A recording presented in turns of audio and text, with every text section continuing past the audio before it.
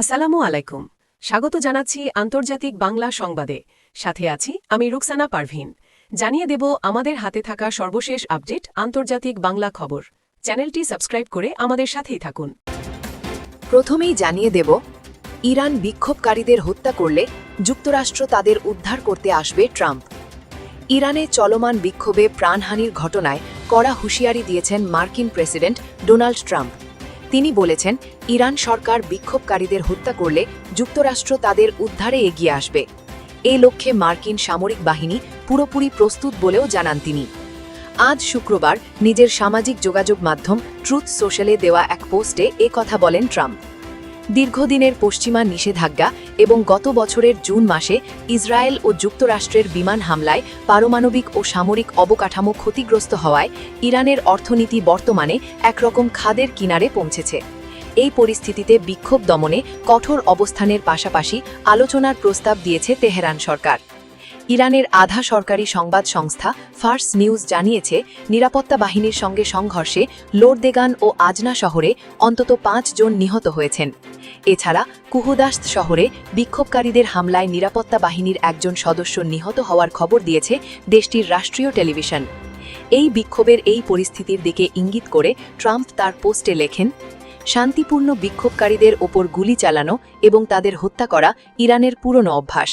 যদি তারা আবারও এমনটি করে তবে যুক্তরাষ্ট্র তাদের উদ্ধারে এগিয়ে আসবে। আমরা পুরোপুরি প্রস্তুত এবং যে কোনো পদক্ষেপ নিতে তৈরি আছি। দীর্ঘদিনের পশ্চিমা নিষেধাজ্ঞা এবং গত বছরের জুন মাসে ইসরায়েল ও যুক্তরাষ্ট্রের বিমান হামলায় পারমাণবিক ও সামরিক অবকাঠামো ক্ষতিগ্রস্ত হওয়ায় ইরানের অর্থনীতি বর্তমানে একরকম খাদের কিনারে পৌঁছেছে। এই পরিস্থিতিতে বিক্ষোভ দমনে কঠোর অবস্থানের পাশাপাশি আলোচনার প্রস্তাব দিয়েছে তেহরান সরকার। এবার জানিয়ে দেব, বিমান বাংলাদেশকে করাচিতে সরাসরি ফ্লাইট চালুর ছাড়পত্র দিল পাকিস্তান। ঢাকা থেকে করাচিতে সরাসরি ফ্লাইট পরিচালনার অনুমতি পেয়েছে বিমান বাংলাদেশ এয়ারলাইন্স। শুক্রবার ২ জানুয়ারি এ তথ্য জানিয়েছে পাকিস্তানের সংবাদ মাধ্যম সামা নিউজ। সংবাদ মাধ্যমটি এ সিদ্ধান্তকে আঞ্চলিক বিমান চলাচলে একটি গুরুত্বপূর্ণ অগ্রগতি হিসেবে উল্লেখ করে বলেছে, নতুন বছরে পাকিস্তান ও বাংলাদেশের আকাশ সংযোগে এটি একটি নতুন অধ্যায়ের সূচনা। সূত্রের বরাতে জানানো হয়, সরকারের আনুষ্ঠানিক অনুমোদনের পর পাকিস্তানের বেসামরিক বিমান চলাচল কর্তৃপক্ষ ঢাকা করাচি রুটে বিমান বাংলাদেশকে ফ্লাইট পরিচালনার অনুমতি দেয়। প্রাথমিকভাবে এই অনুমোদন ২০২৬-এর ৩০ মার্চ পর্যন্ত কার্যকর থাকবে, পরে তা পুনর্বিবেচনার সুযোগ রাখা হয়েছে। অনুমোদন অনুযায়ী বিমান বাংলাদেশকে নির্দিষ্ট ও অনুমোদিত রুট ব্যবহার করে পাকিস্তানের আকাশসীমা অতিক্রম করতে হবে। নির্দিষ্ট রুট কঠোরভাবে অনুসরণ করার নির্দেশও দিয়েছে পাকিস্তানের বিমান চলাচল কর্তৃপক্ষ। এছাড়া করাচি আন্তর্জাতিক বিমানবন্দরে বিমান বাংলাদেশকে একটি নির্দিষ্ট স্লট বরাদ্দ দেওয়া হয়েছে। ঢাকা থেকে ফ্লাইট ছাড়ার আগে করাচি বিমানবন্দর কর্তৃপক্ষকে ফ্লাইটের পূর্ণাঙ্গ তথ্য জানানো, অপারেশনাল সমন্বয় নিশ্চিত করা এবং নিরাপত্তা সংক্রান্ত শর্ত পূরণ করার কথা বলা হয়েছে। পাকিস্তানের বিমান চলাচল সংশ্লিষ্ট কর্মকর্তারা জানিয়েছেন, ঢাকা ও করাচির মধ্যে সরাসরি ফ্লাইট চালু হলে দুই দেশের জনগণ উপকৃত হবে। এতে ভ্রমণ সহজ হবে, জনগণ থেকে জনগণের যোগাযোগ বাড়বে এবং ব্যবসা ও বাণিজ্য প্রসারণের নতুন সুযোগ সৃষ্টি হবে। এদিকে পাকিস্তানি ইমরান খানকে সমর্থনের অভিযোগে সাংবাদিকের যাবজ্জীবন কারাদণ্ড।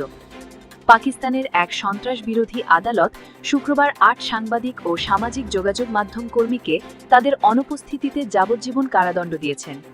জেলবন্দি সাবেক প্রধানমন্ত্রী ইমরান খানের সমর্থনে অনলাইন কার্যক্রমের সঙ্গে জড়িত সন্ত্রাসবাদ সংশ্লিষ্ট অপরাধে দোষী সাব্যস্ত করে এ রায় দেওয়া হয়। ২০২৩ সালের ৯ মে খানের গ্রেপ্তারের পর তার সমর্থকদের সহিংস বিক্ষোভের মামলাগুলো থেকে এই দণ্ডের সূত্রপাত। সে সময় মিলিটারি স্থাপনায় হামলা হয়েছিল।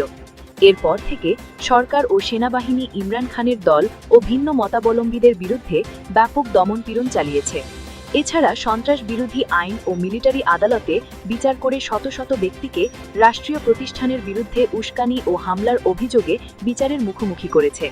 রায়ে আদালত বলেছে, আসামিদের কর্মকাণ্ড পাকিস্তানি আইনে সন্ত্রাসবাদের আওতায় পড়ে এবং তাদের অনলাইন উপকরণ সমাজে ভয় ও অস্থিরতা ছড়িয়েছে। আদালতের নথি অনুযায়ী দোষী সাব্যস্ত অধিকাংশ ব্যক্তি পাকিস্তানের বাইরে রয়েছেন এবং বিচার প্রক্রিয়ায় হাজির হননি। দণ্ডপ্রাপ্তদের মধ্যে আছেন সাবেক সেনা কর্মকর্তা থেকে ইউটিউবার হওয়া আদিল রাজা ও সৈয়দ আকবর হোসেন, সাংবাদিক ওয়াজাহাত সাইদ খান, সাবির শাকির ও শাহিন শেহবাই, মন্তব্যকারী হায়দার রেজা মেহেদি এবং বিশ্লেষক মঈদ পীরজাদা। সালে committee to protect journalists CPJ বলেছিল এসব তদন্ত সমালোচনামূলক সাংবাদিকতার বিরুদ্ধে প্রতিশোধমূলক পদক্ষেপ। সিপিজের এশিয়া প্রোগ্রাম সমন্বয়কারী বে লি ই বলেন, কর্তৃপক্ষকে অবিলম্বে এসব তদন্ত প্রত্যাহার করতে হবে এবং গণমাধ্যমের ওপর নিরন্তর ভয়ভীতি প্রদর্শন ও সেন্সরশিপ বন্ধ করতে হবে। আদালত যাবজ্জীবনের পাশাপাশি অতিরিক্ত কারাদণ্ড ও জরিমানা দিয়েছে এবং জরিমানা অনাদায়ে আরও কারাদণ্ডের নির্দেশ দিয়েছে, যদিও এসব সাজা ইসলামাবাদ হাইকোর্টের অনুমোদনের ওপর নির্ভরশীল। সব শেষে জানিয়ে দেব, কর্মজীবীদের জন্য আরও সাশ্রয়ী হবে নিউ ইয়র্ক। মামদানি। যুক্তরাষ্ট্রের সবচেয়ে বড় শহর নিউ ইয়র্কে শ্রমজীবী মানুষের জন্য আরও সাশ্রয়ী করার ঘোষণা দিয়েছেন সদ্য দায়িত্ব নেওয়া মেয়র জোহরান মামদানি। গতকাল বৃহস্পতিবার শপথ গ্রহণের পর তিনি এ ঘোষণা দেন। মামদানি বলেন, শহরটিকে আরও সাশ্রয়ী করে তুলতে তিনি একটি কঠোর ও উচ্চাকাঙ্ক্ষী কর্মসূচি বাস্তবায়ন করবেন। তিনি বলেন, যেসব ধনকুবের ও অভিজাত শ্রেণী মনে করে গণতন্ত্র কিনে নেওয়া যায়, তাদের কাছে কোনো জবাবদিহি নয়। আমরা জবাবদিহি করব নিউ ইয়র্কবাসীর কাছে। জোহরান আরও বলেন, আমি একজন ডেমোক্র্যাটিক সমাজতান্ত্রিক হিসেবে নির্বাচিত হয়েছি, সে অনুযায়ী শাসন কার্যক্রম পরিচালনা করব। মামদানির উদ্বোধনী অনুষ্ঠানে মার্কিন সেনেটর বার্নি স্যান্ডার্স ও মার্কিন প্রতিনিধি আলেকজান্ড্রিয়া ওকাসিও-কর্টেজও বক্তব্য রাখেন। স্যান্ডার্সকে মামদানি তার অনুপ্রেরণা বলে আগেই অভিহিত করেছেন। সেই স্যান্ডার্সও মামদানির এজেন্ডাকে সমর্থন করেছেন। তিনি বলেন, সাধারণ মানুষের জন্য সাশ্রয়ী বাড়ি নিশ্চিত করা কোনো অস্বাভাবিক কাজ নয়, বরং এটি সঠিক ও ন্যায্য কাজ। বামপন্থী ডেমোক্র্যাটিক সমাজতান্ত্রিক ধারার সদস্য মামদানি গত নভেম্বরের নির্বাচনে গুরুত্বপূর্ণ বিজয় অর্জন করেন। এই জয় চলতি বছরের মধ্যবর্তী নির্বাচনগুলোতে প্রভাব ফেলতে পারে। ডেমোক্র্যাটদের একটি দল মামদানির রাজনৈতিক ধারা গ্রহণ করেছেন, অন্যদিকে রিপাবলিকানরা তাকে জাতীয় রাজনীতির মঞ্চে নিজেদের প্রতিপক্ষ হিসেবে তুলে ধরছেন। নির্বাচনে ৩৫ বছর বয়সী এই নেতা জীবনযাত্রার ব্যয় নিয়ে জোরালো প্রচারণা চালান। প্রেসিডেন্ট ডোনাল্ড ট্রাম্পের তীব্র সমালোচনা করেন। নিউ ইয়র্কের ৮ লক্ষ বাসিন্দার অনেকের আশা মামদানি একজন আলোড়ন সৃষ্টিকারী রাজনৈতিক শক্তি হয়ে উঠতে পারেন।